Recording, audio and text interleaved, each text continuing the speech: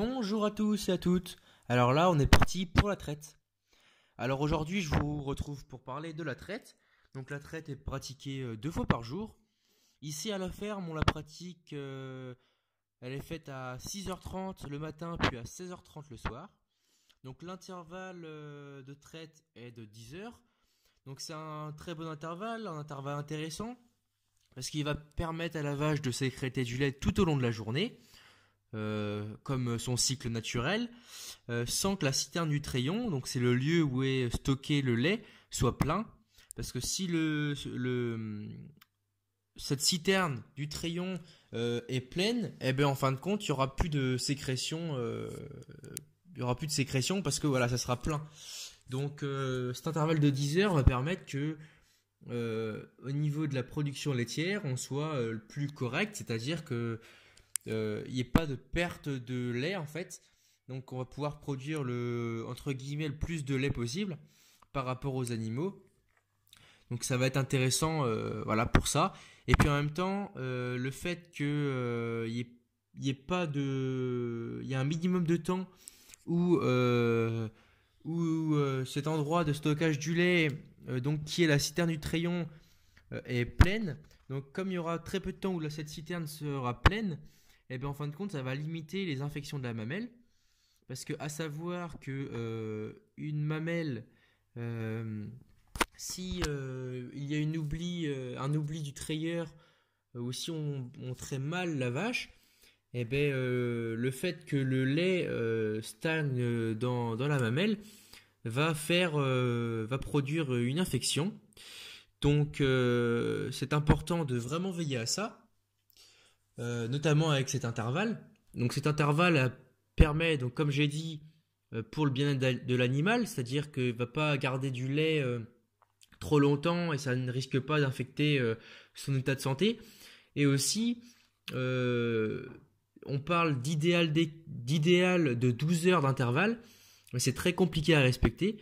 Là, avec 10 heures d'intervalle, ça se passe très bien et puis ça permet d'organiser une journée, c'est-à-dire qu'on peut passer du temps avec sa famille, ce qui est très important dans le métier d'agriculteur, parce qu'il y a des astreintes quotidiennes, mais il faut savoir garder une vie de famille tout de même à main à côté. Donc cet intervalle qui permet de garder un bon intervalle entre les deux traites. Donc comme j'ai dit, va empêcher la mamelle de s'infecter.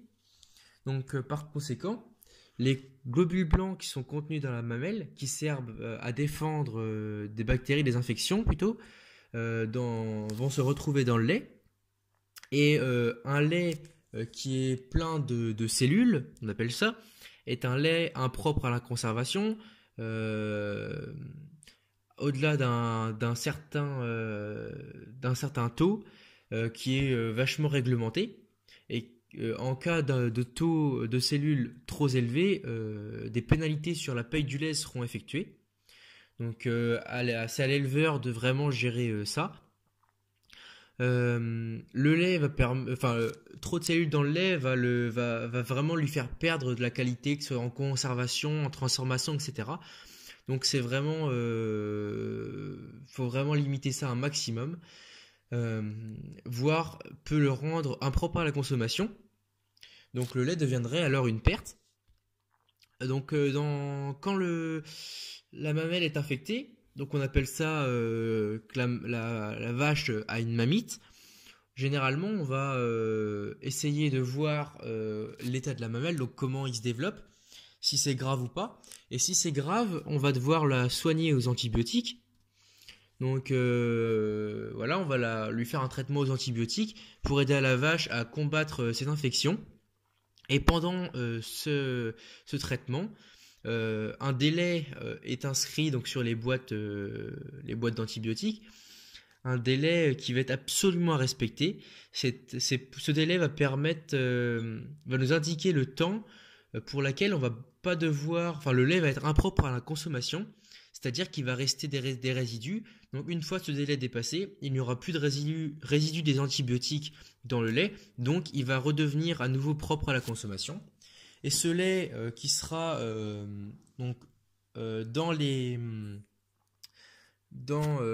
cet intervalle de temps voilà, où il sera impropre, il va être donc jeté au caniveau, donc ça va être une perte considérable pour l'éleveur. Il va être jeté au caniveau parce qu'il sera vraiment impropre et surtout dangereux pour la consommation. Donc parlons un petit peu du lait, de la fabrication. Le lait est fabriqué et sécrété par la vache tout au long de la journée. La recette pour un bon lait, c'est des animaux en bonne santé et une alimentation équilibrée.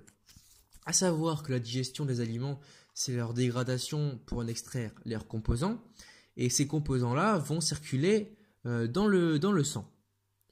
L'élaboration du lait, donc sa fabrication, va se faire par les organes de la mamelle, qui vont capter dans le sang, donc de l'eau, parce que le lait est essentiellement composé d'eau, des immunoglobulines, donc c'est des anticorps, des vitamines, des acides aminés, des glucides et des glycérides.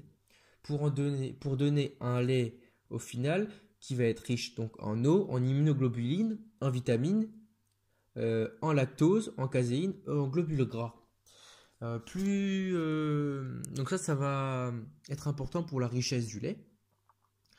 Donc la traite, correspond à la tétée d'un veau, c'est-à-dire qu'on va stimuler grâce à une machine à traire une tétée, et puis cette tétée justement va stimuler naturellement la vache, c'est-à-dire que grâce à l'hypophyse et l'hypothalamus, donc plusieurs hormones vont être excrétées. Notamment, donc tout ça, l'hypothalamus, l'hypophyse, c'est des parties du cerveau.